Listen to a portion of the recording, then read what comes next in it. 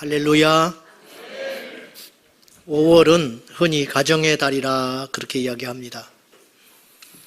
그만큼 가정에 위기가 왔다, 이런 뜻도 됩니다. 5월달은 어린이날, 어버이날, 스승의 날이 연거푸 기다리고 있습니다. 어린이날, 어버이날, 스승의 날을 정해야 할 만큼 세상을 바치고 있는 기본 근간이 무너져 있다, 이런 뜻입니다. 위아래 모르지요. 좌우는 말할 것도 없고 위아래를 모르는 세상이 됐습니다. 그리고 5월 한 달은 영적으로도 대단히 중요한 올해 한 달이 됐습니다. 6월 1일에는 어김없이 제20회 동성애 퀴어 축제가 서울 도심 한복판에서 있을 예정입니다. 동성애의 본질을 여러분이 좀 아셔야 되는데, 동성애의 본질은 가정 파괴에 있습니다. 창조주께서 만드신 성경적 가정을 해체하고 역기능적 가정을 양산함으로 다음 세대에 맥을 끊어버리려는 장기적인 플랜인 것입니다. 그것이 바로 동성애의 본질입니다. 자기들도 모른 채 그 길을 가는 것이죠. 우리가요, 자기도 모르게 제2의 도구가 될 때가 있습니다. 나는 옳다고 가는데 그 길이 때로는 하나님을 대적하는 길에 자기도 모르게 서 있을 때가 있습니다. 그래서 어떤 의미에서 이분들은 피해자라, 그런 생각도 듭니다. 우리가 불편하다고, 그리고 나서기 싫다고, 비난을 받기 싫다고 방관해버리면 세상은 사탄이 원하는 각본대로 흘러가게 될 것입니다. 동성애를 고백하는 행위를 흔히 커밍아웃이라 이렇게 이름을 붙입니다. 원래 커밍아웃이란 자신의 사상이나 가치관을 만인에게 고백하는 것을 커밍아웃이라 그렇게 이야기하는데, 오늘날 인터넷에 가서 커밍아웃을 검색을 해보면 100% 동성애자가 자신을 밝히는 행위를 커밍아웃이라고 이야기합니다. 개인적 성적 일탈을 마치 앞서가는 선견자나 용기 있는 고백으로 미화시키는 것은 얼마나 사탄의 지능적인 세뇌입니까? 성경은 우리에게 너희는 이 세대를 본받지 말고 하나님이 원하시고 기뻐하시고 순전하신 온전한 신 뜻이 무엇인지 분별하라고 우리에게 명령하고 있습니다. 세상 사람들이 바라보는 이 세상과 예수 그리스도 안에서 거듭난 우리가 바라보는 세상의 가치는 분명히 다른 시야여야 합니다. 저는요, 교회를 다니는 거, 그리고 교회 안에서 봉사하는 거, 종교적 열심을 갖고 있는 것을 신앙의 기준과 표본으로 보고 싶지는 않습니다. 진정한 신앙은 하나님의 말씀의 가치관에 입각하여 내 정치 성향, 내 기질, 내 살아온 배경, 그 모든 인종, 혈통을 다 떠나서 하나님 말씀에 입각하여 그 시각으로 세상을 바라보는 것, 나는 그것을 예수 믿는 사람의 특징이라 그렇게 여기고 싶습니다. 어떤 사람은 믿음이 스스로 약하다 여길 수 있죠. 어떤 사람은 이제 막 교회 나오는 사람도 있을 수 있죠. 어떤 사람은 성경을 자세히 다 모를 수도 있습니다. 그러나 한 가지는 알아야 한다는 거예요. 하나님이 살아계시며 그 하나님께서 명령하신 대로 내 고집과 아집을 내려놓고 살아갈 준비와 각오를 하는 것, 그것이 예수 믿는 출발이요 본질이다, 이렇게 여겨집니다. 이 시대를 본받지 말라고 성경은 경고합니다. 이 시대의 풍조, 이 세대의 유행, 이 시대의 사상, 이 시대의 흐름을 따라가지 말라. 그 길은 넓고 많은 사람들이 그 길을 따라가지만 결국은 하나님을 대적하여 멸망에 이르게 될 것이라고 경고하고 있는 것입니다. 이 세상적 가치관과 역행하는 것이 어쩌면 오늘날 승리의 비결이 될 만큼 이 세상은 망가져버리고 하나님의 질서를 깨버렸습니다. 여리고성을 무너뜨리는 여호수아와 이스라엘 백성들은 칼과 창으로 여리고성을 무너뜨리지 않았음을 기억하셔야 됩니다. 그들은 나팔과 언약궤로 묘사된 하나님을 믿는 믿음으로 여리고성을 무너뜨렸다는 것을, 그리고 이 원리는 오늘도 여전히 유효합니다. 저는 분명히 주님 안에서 확신 가운데 말씀드릴 수 있는데, 세상을 이길 수 있는 유일한 무기는 하나님을 순전히 믿는 믿음밖에 없습니다. 오늘은 어린이 주일입니다. 자식은 하나님께서 우리에게 주신 특별하신 존재인과 동시에 또한 우리가 너무 사랑하기 때문에 가장 쉽게 눈치채지 못한 채 빠져버릴 수 있는 우상이기도 합니다.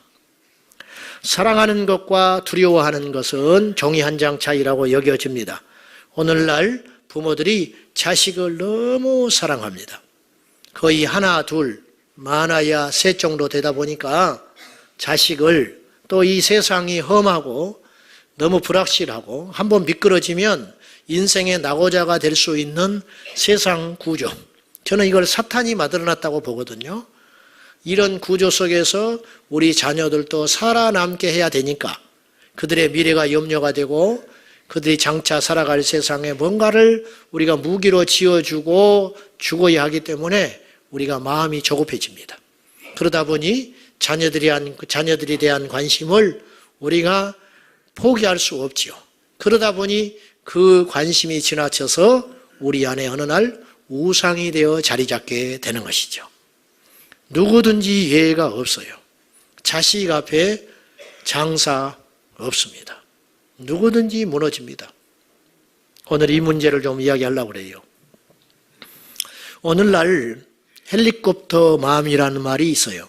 헬리콥터가 계속 돌잖아요. 애들 주변에서 부모님들이 빙빙빙빙 돈다는 거예요. 놀이터에 가보세요. 애들이 5 있으면 반드시 그 뒤에는 엄마 5이 앉아 있습니다. 이 헬리콥터 부모들은 이제 교회에도 진출했고요. 그래서 교회 학교에서 자녀들한테 조금 내 아이가 부당한 대우를 받는다 싶으면 그 시험 못 견딥니다. 여지없이 나가 떨어집니다. 그리고 학교에도 진출했어요. 그리고 군대에도 진출했어요. 예비군 훈련을 대신 받아주는 아버지가 있어요. 이거 정말 사실입니다. 옛날에는 자식들이 많아서 그랬는지 그 정도는 아니었는데, 제 아는 목사님은 형제가 많았어요. 근데 한번 이런 이야기를 하더라고요. 옛날에는 그 담벼락 위에 보면 도둑놈 못 들어오게 하려고 유리를 깨가지고 이렇게 붙여놓고 이 꼬챙이 같은 걸로 이렇게 날카롭게 해놓고 그랬단 말이에요. 근데 이제 너무 그 형제들이 장난꾸러기인 거예요. 자식은 많고 장난꾸러기고 먹고 살기는 힘들고 막 이렇게 하니까 그 동네 아이들이 담벼락을 막 뛰어다니면서 노는 거예요. 그러다가 어느 날 점심 때 자기하고 어머니하고 여러 줄줄이 형제들하고 점심밥을 먹고 있는데 갑자기 자기 형 친구가 하나 와가지고 숨 넘어가는 소리로 큰일 났다고. 왜 그러냐 그랬더니 자기 형 하나가 담벼락을 뛰어넘다가 어떻게 했는지 거기에 이 꼬쟁이에 이 뺨이 뚫고 지나가 버렸어요.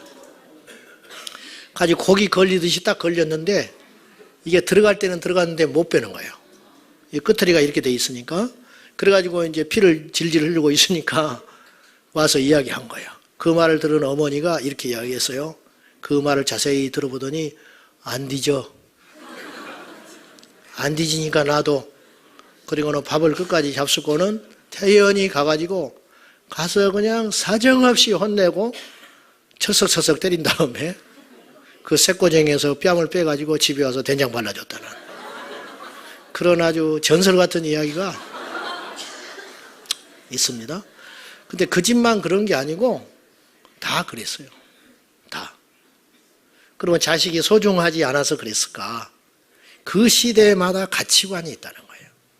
그 시대마다 지배하는 정신이 있는데 오늘 우리가 자녀들을 정말 사랑하는 건 맞고 저부터서 자녀들이 잘 되기를 바라는 마음이야 두말할 것 없이 우리가 다 크지만 정말 제대로 키우고 있는지 반성해 보자는 거예요. 정말로 제대로 잘 키우고 있는지. 오늘 본문의 내용은 우리가 잘 아는 이야기입니다. 오늘 1절 한번 봅시다. 1절 다 같이 시작. 그를 부르시되 아브라함아 하시니 그가 이르되 내가 여기 있나이다. 그 일 후에 어떤 일이 있었을까요? 이걸 이제 찾아봐야 돼요. 21장의 내용을 보면 이런 내용이에요. 아브라함은 지금 인생의 최정점을 달리고 있어요. 아브라함도 고난의 시간이 많았습니다. 아시다시피 75세에 본토집을 떠나야 했고 자식이 없었고 그리고 자기 아내를 빼앗길 뻔도 했고 성경에 낱낱이 기록되지 못한 수많은 인생의 고비가 있었어요. 그런데 21장에 왔을 때 아브라함을 생산한 후에 이삭을 생산한 후에 아브라함은 어마어마한 복을 받아요. 아비멜렉, 그랄 왕 아비멜렉이 자기 아내 사라를 빼앗아 간 적이 있었어요. 하나님의 은혜로 다행히 찾아왔는데 그만큼 힘이 없었던 적도 있었어요. 근데 대역전이 일어나요. 어느 날 그랄 왕 아비멜렉이 자기의 군대 장관을 아브라함에게 보내가지고 잘 지내자고 화친 조약을 맺자고 그래요. 이건 뭐예요? 아브라함의 힘이 아비멜렉보다 커졌다 그런 뜻입니다. 아비멜렉의 종들과 아브라함의 종들이 우물 때문에 다투게 됩니다. 이 우물은 생명과 같아요. 양치기들에게. 근데 이 싸움이 난 후에 아브라함이 아비멜렉을 책망했다고 성경에 나와 있어요. 왕을 책망했다. 그러니까 아브라함이 경제적으로나 군사적으로나 세상적 위치로 볼 때 왕과 비길 수 있는 존재가 됐다는 뜻이에요. 그런 인생의 최정점, 나이 먹는 것이 아까울 정도 그런 시간을 달리고 있을 때 그때 하나님께서 찾아오셔서 네 아들 이삭을 번제로 쪼개가지고 불태워서 나에게 바쳐라 이렇게 명령하시는 거예요. 기가 막힌 일이죠. 왜 그러셨을까? 시험하시려고. 여러분, 사람이 보는 축복과 하나님이 보는 축복은 달라요. 거꾸로 사람이 보는 위기와 하나님이 판단하시는 위기는 달라요. 오늘 여러분들이 위기처럼 보이지만 축복의 시간 가운데 있는 분이 있고 축복처럼 보이지만 가짜 축복에 취해서 진짜 위기를 맞이하고 있는 분들도 이 자리에 있어요. 저도 마찬가지예요. 오늘 아브라함은 세상적 가치로 보면 더할 나위 없는 축복의 시간을 보내고 있는 것 같지만 하나님이 판단할 때는 위기 중에 위기다. 내 종 아브라함을 살려야겠다. 저대로 두었다가는 그가 나를 잊어버릴 것이다. 그래서 그의 마음에 찾아오사 놓고 하는 겁니다. 너 정체 좀 알자. 너에게 있어서 나는 어떤 존재냐? 나는 몇 번째냐? 그거예요. 그거 시험하자는 거예요. 아브라함은 표현은 안 했지만은 속으로 이런 생각했을 것 같아요. 올 것이 왔다. 나에게 이 시간이 올 줄 알았다.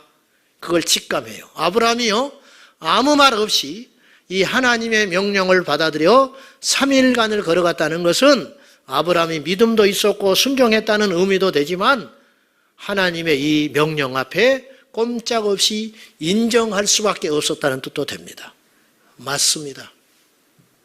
어느 날부터 하나님이 나에게 주신 선물 이삭이 하나님이 되어버렸습니다. 인정하니까 그것을 내려놓기 위해서 말없이 그 길을 가는 것이죠. 때때로요, 하나님이 우리에게 주신 선물이 우리의 발목을 부여잡고 그것이 하나님의 자리를 대신하는 경우들이 많이 일어납니다. 많이 일어나. 예수 그리스도를 만나고 너무 큰 은혜를 받아서 나의 생명을 들여서 주의 일을 하겠다. 그래서 목사가 됩니다. 근데 목회를 열심히 하는 것이 하나님을 위한 길이요, 하나님의 영광을 위한 것이라고 여기고 달려왔는데 어느 날 하나님은 없어지고 목회만 남는 것이죠. 그런 일이 없을 것 같습니까? 하나님이 나에게 주신 선물, 그것으로 인하여 내가 때로는 하나님의 마음을 아프게 할 수도 있다는 거예요. 마르다가 그랬어요. 자기 집에 찾아온 예수님을 최선을 다해서 대접하고 싶었습니다. 그 마음이야 귀한 마음이고 당연한 마음이 되겠습니다. 근데 마르다는 예수님께 최고의 것을 준비하여 드리려다가 주님의 마음을 상실해버리고 말았어요. 정말로 예수님이 원하는 것은 음식이 아니었어요. 같이 만나자는 거예요. 근데 잊어버렸어요. 우리가 주님의 일을 열심히 하다가 주님을 잃어버릴 수가 있어요. 어느 날 주변을 힘들게 하고 있는 내 자신, 어느 날 예수님이 없어진 내 자신, 만약에 그런 시간이 여러분에게 도달했거든 과감하게 그 모든 일을 정리하고 주님께 집중하셔야 됩니다. 신방을 받아요. 목사님 모셔서 신방 받고 싶어서 나는 도배하고 장판하는 사람도 봤어요. 신방하니까 도배한다는 거예요. 남대문 시장 가가지고 그릇을 아무도 쓰지 않는 그릇과 숟가락과 젓가락을 세트로 사와가지고 노인네가 목사님 식사 대접한다고 거기에다가 음식을 담아서 대접하는 분도 봤습니다. 귀합니다. 그것도 믿음이라 할 수 있습니다. 근데 우리가 한번 생각해 봅시다. 며칠 전부터 부산 떨고 아침에 청소를 하니까 남편이 묻습니다. 오늘 무슨 날이야? 머뭇머뭇하다가 목사님 오셔서 신방하는 날이야. 그러면 믿지 않는 남편이 이렇게 이야기합니다.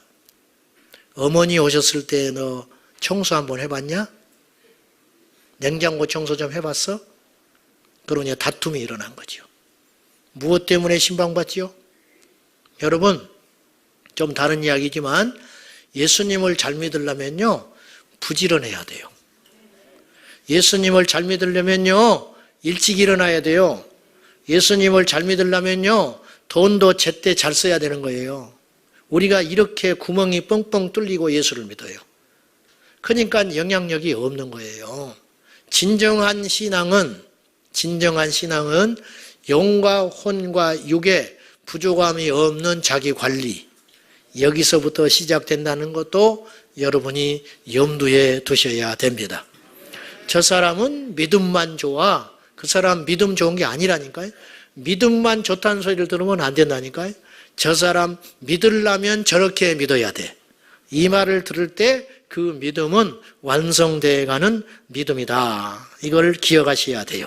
자, 아무튼지 아브라함은 이제 이삭을 포기함으로 하나님을 바로 얻을 수 있다는 사실을 직감하게 됩니다. 그래서 아브라함은 이삭을 정말로 죽이려고 했어요. 흉내 낸 게 아닙니다. 그는요 완벽하게 준비합니다. 나 같으면 이렇게 준비 안 해. 그냥 덜렁덜렁 갔다가 모리아산에 가기는 가. 하나님 무서우니까. 그랬다가 칼이 없네요 하나님. 그냥 때려 죽일 수는 없잖아요. 배를 갈라서 내장 건져내고 번제로 쪽쪽해가지고 불태워 죽이려니까 뗄감이 없네요. 그러고 돌아올 것 같아. 근데 아브라함은 그렇게 하지 않았어요. 미리 챙겨갔습니다. 뗄감을 준비해서 갔습니다. 뗄감을 이삭의 어깨에 메워서 갔어요. 얼마나 잔인해요? 어떨 때는 이것이 믿음의 때가 있어요. 그리고 종들을 분리시켜요. 같이 현장에 데리고 가면 말릴 거 아닙니까? 종들을 떨어뜨려 놓습니다. 그리고 밧줄로 묶어버립니다. 도망 못 가게. 그리고 장작 위에 올려놓고 그를 쪼개려고 칼을 들었습니다. 정말 죽일 참이에요. 근데 이 믿음의 결단을 히브리서 기자는 뭐라고 표현을 했냐면 아브라함의 이 믿음은 능히 그를 다시 살릴 것을 믿는 믿음이 있었기 때문이라 그렇게 이야기해요. 100살에 주신 하나님, 이 자식을 갈라서 불태워 하나님께 올려드려도 하나님은 다시 능히 살릴 수 있다. 우리는 부활 이후의 세대입니다. 그러니까 부활이라는 개념이 있어요. 믿든 안 믿든 개념은 잡혀 있어요. 그런데 아브라함은 부활을 듣지도 못했고 목격도 못했고 생각도 못했는데 자기 아들 이삭을 하나님이 부활시킬 걸 믿었다는 거예요. 이 믿음이 얼마나 크냐 이 말이에요. 그리고 이 테스트를 통과한 후에 비로소 12절에 하나님께서는 아브라함의 믿음을 인정했는데 이제서야 네가 바로 서 있는 걸 알았다 그런 말이에요. 네가 하나님을 경외하는 줄, 네 자식을 죽이면서까지 하나님을 제1의 자리에 놓을 수 있는 존재라는 것을 내가 이제 확인하였다. 그렇게 이야기하시는 거예요. 여러분에게 우리 자녀들은 몇 번째입니까? 성경은 자식을 이렇게 정의합니다. 자식은 내 소유가 아니라고 이야기해요. 시편 127편 3절입니다. 시작. 보라, 자식들은 여호와의 기업이요 태의 열매는 그의 상급이로다. 이 말이 무슨 말이냐? 자식들은 여호와 하나님께서 우리에게 주신 산업, 잘 키워봐. 근데 주인은 네가 아니야. 잘 키워봐. 내 거야. 자식 농사라는 표현을 쓰잖아요. 그 말은 또 얼마나 적절한 표현인지. 하나님이 우리에게 땅을 주셨다. 자식을 통하여. 잘 키워봐. 농사 잘 지어. 네가 하기에 따라 달라. 이런 말이에요. 자, 자식 농사는 참 신비롭습니다. 그리고 장담 못해요. 법 없이도 살만한 저런 부모 밑에서 어떻게 저렇게 망가지고 망나니 같은 자식이 나왔을까? 이런 일들이 우리 주변에 일어나요. 그렇죠? 거꾸로 어떻게 저렇게 패역한 부모 밑에서 저렇게 맑고 현숙하고 정직하고 반듯한 자식이 있을까? 그러니까 이것도 장담 못해요. 한 가지 분명한 것은 하나님께서 우리에게 가장 맞는 농토를 주셨다. 어떤 분들에게는 척박한 작은 땅을 하나 줄 수 있죠. 어떤 분에게는 크게 관리하지 않아도 쑥쑥 자라는 정말로 옥토를 줄 수도 있는 것이죠. 그러니 교육학에서 흔히 하는 말로 자식의 미래는 부모에게 달려있다는 말도 사실은 꼭 정설은 아니겠습니다. 결국은 하나님께서 키워주셔야만 가능하다는 것을 우리는 고백할 수밖에 없는 것이에요. 장담 못하잖아요. 제가 지금도 가끔 우리 형님한테 미안한 사건이 하나 있는데, 제가 청소년 시절 때 혈기가 팡장할 때 우리 형님이 지방에 어디 1차 오셨다가 조카를 데리고 왔어요. 근데 철이 없는 아이를 데리고 왔는데 부모님 뵙고 하루 자고 가고 싶어서 일부러 돌아서 온 거예요. 근데 그날 자고 가려는데 이 아이가 엄마도 없지, 잠자리 불편하지, 그러니까 싫은 거예요. 그러니까 가자고 조르기 시작했어요. 계속 졸라요. 얼리고 달래고 하루만 자고 가자고 그렇게 사정을 하는데도 얘가 고집을 피우고 물어대니까 형이 할 수 없이 새벽 2시에 짐을 싸더라고. 짐을 싸가지고 차에 싣고 가는데 내가 그 뒤에다가 이렇게 퍼붓었어요. 그따위로 자식 키워서 뭐 할 거냐고. 자식 잘 키우시오. 내가 그랬어요. 그때 형이 뒤를 돌아보더니 히 웃으면서 너도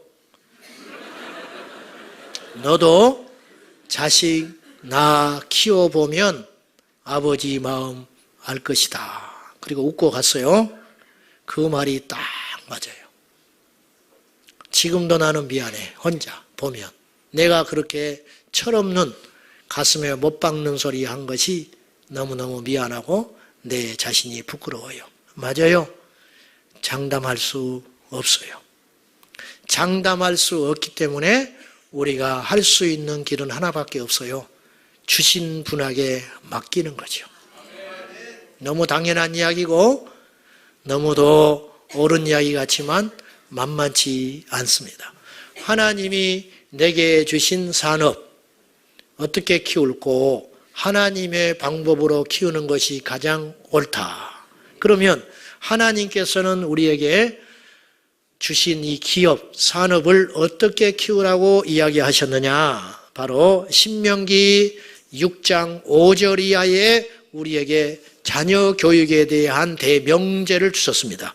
읽어봅시다. 시작.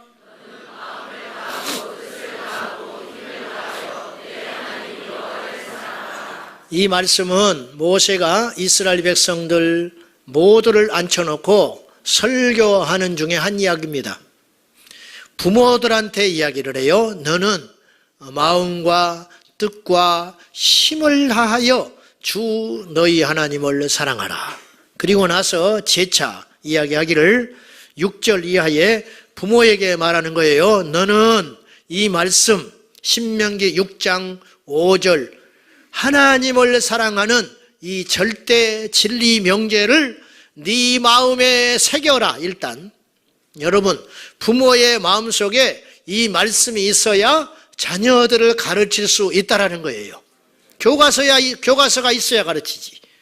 네 마음에 일단 새기고 그 다음에 네 손목에 기호로 매거라. 이 말씀을 써서 네 손목에 매라는 거예요. 그리고 너 미간에 붙여라. 자식의 미간이 아니에요. 부모의 미간에 붙여라. 왜? 누가 봐야 되니까? 자식이 봐야 하니까 이걸 붙이고 살아라. 그리고 바깥 문설주에도 이 말씀을 새겨놔라. 그리고 이 말씀을 가르치는데 마음과 뜻과 힘을 다하여 유일하게 너의 모든 걸 걸고 사랑할 분은 부모가 아니야. 친구가 아니야. 사랑하는 사람이 아니야. 너의 하나님이야. 네 하나님을 전부를 걸고 사랑할 수 있어야 돼. 이 말씀을 길에서 가르쳐라. 쇼핑하러 가르치라는 거예요. 쇼핑하러 가서 안 돼. 이건 사면 안 돼. 하나님께서 이런 거 사는 거 원치 않아. 그렇게 가르치라는 거예요. 집에서 가르쳐라. 집에서 밥 먹을 때 나에게 고맙단 말 하지 마.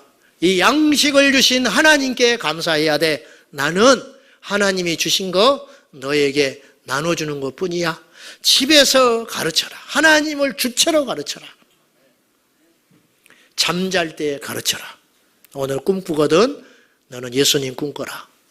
깨었을 때 가르쳐라. 기도했냐? 아침에 일어나면 제일 먼저 오늘 하루에 생명과 나를 허락하신 하나님께 세수하기 전에 눈곱 뜨기 전에 기도하는 거야. 가르쳐라. 깨었을 때 가르쳐라. 계속 이것을 가르치라는 거예요. 제가 교회 학교 아이들을 가르치면서 여기까지 왔는데요. 이제 성년들 이렇게 목회하는 데까지 해봤는데 아이들에게 참된 믿음이 들어가면 오직 예수 신앙, 하나님 제일주의가 아이들의 심장에 딱 새겨지는 순간 어떤 문제, 어떤 일이 일어나느냐? 모든 것이 정리돼 버려요.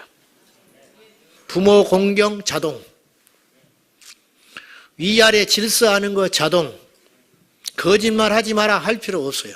자동, 반듯하게 정확하게 하나님을 주인으로 삼고 살아갈 때에 그 아이들은 100% 변화돼요. 말할 필요도 없어요. 그러니 이건 생명교육이라는 거예요. 모든 교육의 근간이 되는 게 무엇이냐? 신명기 6장 5절. 보세요. 아브라함이 이삭을 정말로 죽이려고 했잖아요. 이삭이 상처 받았을까 안 받았을까? 여러분을 끌고 가가지고 안 가려고 하는 여러분을 교회에다 데려다 놓고 묶어놓고 기둥에다가 묶어놓고 너 철야기도 해. 그러면 상처 될까 안 될까? 이삭이요 인간적으로 볼 때는 큰 상처받는 거예요. 아버지가 나를 버리는구나. 아버지가 나를 죽일 수도 있구나. 근데요, 이삭이 상처받지 않았어요. 상처받지 않았다는 것을 어떻게 알 수 있냐면 아브라함의 하나님을 이삭은 아브라함이 죽고 난 다음에 그대로 이어받아서 이삭의 하나님으로 섬겨갑니다. 만약에 이 일이 아브라함이 행한 이 일이 이삭에게 씻을 수 없는 상처가 됐다면 이삭은 아브라함의 하나님을 믿지 않았을 거예요. 여기서 하나 우리가 중요한 원리와 교훈을 깨달을 수 있어야 돼요. 그건 무엇이냐? 우리가 하나님을 제1로 너는 이 세상에서 가장 내게 소중한 존재이지만 너보다도 소중한 존재가 있는데 너는 두 번째야. 그분 앞에서는 두 번째야. 나는 하나님이 제1번이고 너는 하나님이 나에게 주신 선물이므로 나는 너를 위해서 목숨을 바칠 수는 있지만 그러나 너는 나에게 두 번째야. 이것을 확실하게 각인시키는 것이 자녀들에게는 상처가 아니고 위대한 유산이 된다는 거예요. 위대한 유산. 여러분, 이삭이 평생을 살면서 어떤 일을 결정할 때 누구를 생각했어요? 아브라함. 아버지는 이때 나를 어떻게 했을까? 아버지는 이때 어떤 결정을 했을까? 아버지는 나를 하나님께 죽여서 바칠 만큼 하나님을 사랑했지? 그러면 나도 하나님을 위해서 이 일은 이렇게 할 거야. 완전히 정리돼 버리는 거예요. 모든 결정, 모든 선택, 이것이 정확하게 평생의 교훈으로 결정돼 버리는 거예요. 세상에 유혹을 받을 때 우리 자녀들이 그 유혹을 이길 수 있는 진짜 힘이 어디서 하나 나오겠어요? 우리 부모님이 하나님을 얼마나 사랑했는가? 그 하나님, 그분을 내가 사랑하기 때문에 나는 이 유혹에 빠질 수 없어. 이거지요. 이것이 정확한 교육이 된다는 거예요. 제 가정사라 죄송합니다. 이야기하는 걸 설교를 돕기 위해서 하겠습니다. 저희 장모님은 감리교 장로입니다. 제가 개척하고 14년 됐습니다. 얼마나 사이가 목회하는 교회를 와보고 싶겠습니까? 그러나 공적 예배에 한 번도 오시지 않았습니다. 왜? 시골의 작은 교회를 지켜야 하기 때문에 한 번도 안 오셨어요. 저에게 상처가 됐을까요? 천만에. 나는 우리 장모님 존경합니다. 그 믿음의 절개를 저는 존경합니다. 이것은 저한테, 우리 장모님은 저한테 무서워서 말도 못 나요. 그리고 본인도 막 헷갈리는가 봐. 목사님이라 했다가 뭐라 했다가 막 헷갈려. 목회 잘해라, 뭐 해라 한마디도 해본 적이 없어요. 나를 못 쳐다봐요. 그런데 이분의 그 행동, 시골 교회를 섬기고 사랑하기 위해서 어떤 희생과 어떤 삶을 사는 줄을 제가 알기 때문에 그것은 어떤 교육보다 커요. 여러분, 우리가 하나님을 사랑하기 때문에 그 어떤 것도 포기하는 모습을 보여주는 것은 우리 자녀들을 위한 최고의 생명적 교육이다. 광신자가 아니에요. 이단이 아닙니다. 이 힘이 이스라엘을 버티는 힘이에요. 오늘 우리가 이걸 해보게 한다는 거예요. 용돈을 가지고 왔어요. 어버이날이라고. 그러면 낼름 받으면 안 돼요. 얼마냐? 물어도 안 돼. 너 11조 생활은 제대로 하냐? 그 말 못하지요. 뭐뭐 못하지요. 가져가라. 나는 하나님의 그 도둑질하고 싶지 않아. 이 한마디가 엄청난 울림이 되는 거예요. 주일날 집에 방문을 해왔어요. 어버이날이라고 5월달이라고. 네 교회는 어떻게 하고 왔냐? 너 거기서 봉사하고 있잖아. 너 그렇게 주일을 함부로 아무 데 나가서 지켜도 되는 거야? 빨리 돌아가. 안 와도 돼. 그 한마디. 그것이 얼마나 큰 울림인지 아십니까? 여러분 자녀들 헷갈리게 하지 마세요. 막 예수 해가면서 또 이상해. 어느 날은 전혀 믿음이 없는 엄마 아빠예요. 헷갈리게 하지 말라니까요. 이래서 큰 숙제예요, 사실은. 아까 2부 때 우리 애가 뒤에 앉아 있는데 두 눈을 부릅뜨고 나를 쳐다보고 있더라고. 얼마나 부담이 되든지. 다행히 예배 시간에 안 뛰쳐나가니까 다행인데 어렵지요. 결론은 이것입니다. 하나님이 내게 맡기신 이삭을 하나님께 번제로 드려라. 그것이 가장 안전하다. 여러분, 결과론적인 이야기지만 아브라함이 이삭을 하나님께 너무 사랑하기 때문에 자기 사랑으로 품고 사랑함으로 이삭을 하나님께 내려놓지 못했다면 아브라함의 남은 생애와 이삭의 생애는 어떻게 됐을까요? 답이 나오잖아요. 여러분, 하나님께 맡기고 하나님께 바쳐도요, 전혀 우리 자식은 잘못되지 않습니다. 오히려 하나님이 더 야무지게 키워주셔요.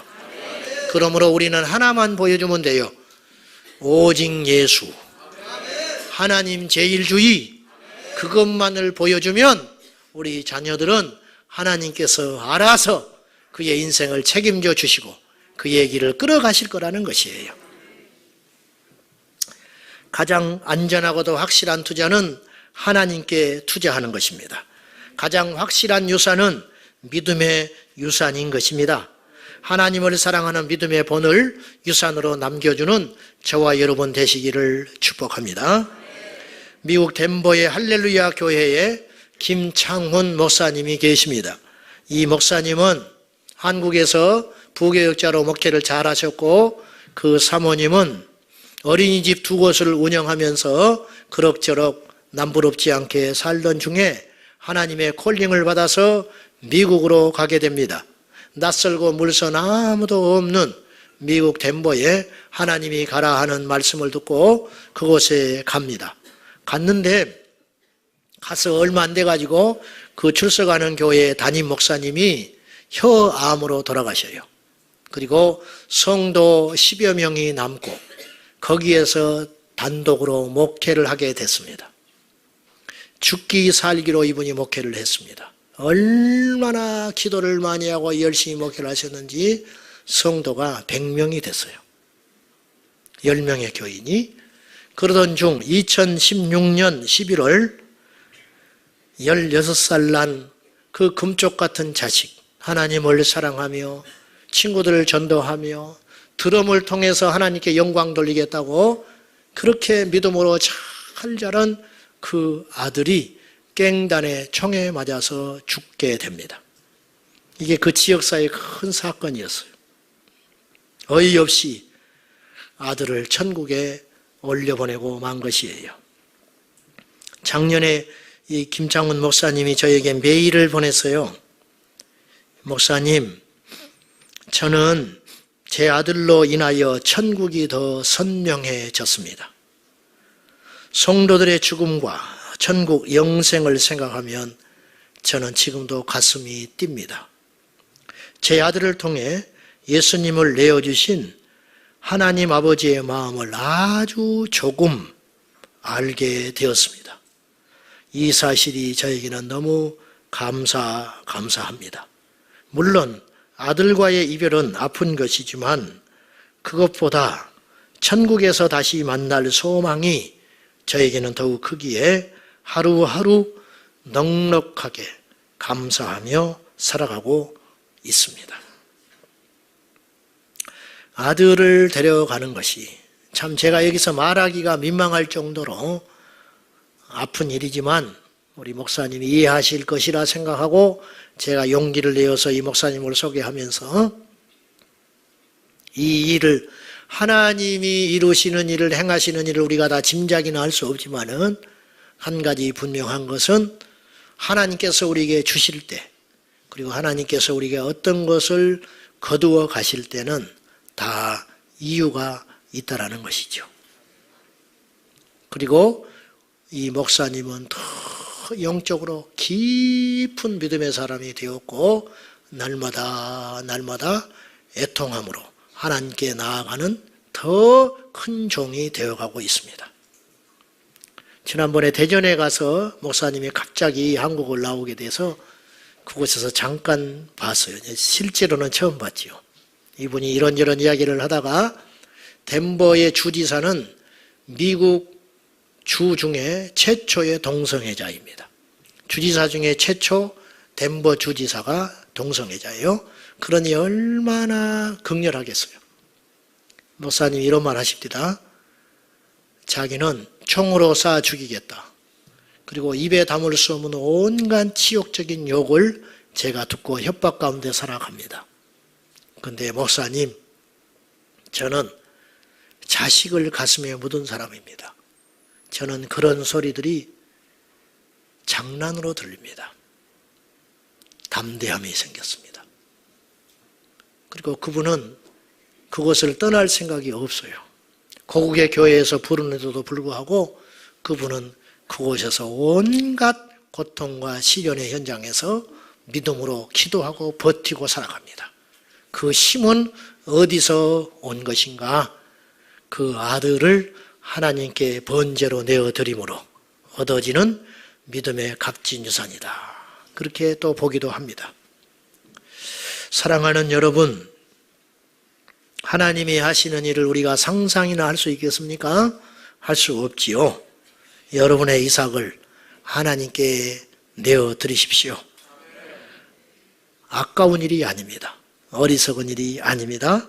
이삭을 내 것이라고 주장했던 헛된 생각을 내려놓고 이 시간 이후에 하나님 나라 가치관으로 키워가리라. 세상적 가치관, 일등주의, 머리가 될지언정 꼴이 되지 말라고 하는 그 기도가 정말로 순전한 기도인지 세상적 가치관을 덧칠한 기도인지 오늘 우리가 냉정하고 정직하게 하나님께 나아가면서 눈물의 자식은 망하지 않습니다. 의인의 자식은 걸시감이 없다 했습니다. 그 약속의 말씀을 믿고 절대로 포기하지 말고 좌절하지 말고 주님 오시는 날까지 믿음의 중보를 통하여 우리 자녀들을 하나님 안에서 온전히 세워가는 부모의 책무를 다 감당하시기를 예수님의 이름으로 축복합니다.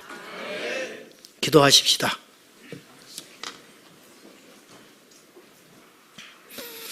하나님, 여기에 모인 모든 우리들은 자식을 제대로 잘 남이 볼 때 부러워할 만큼 키워내고 싶습니다.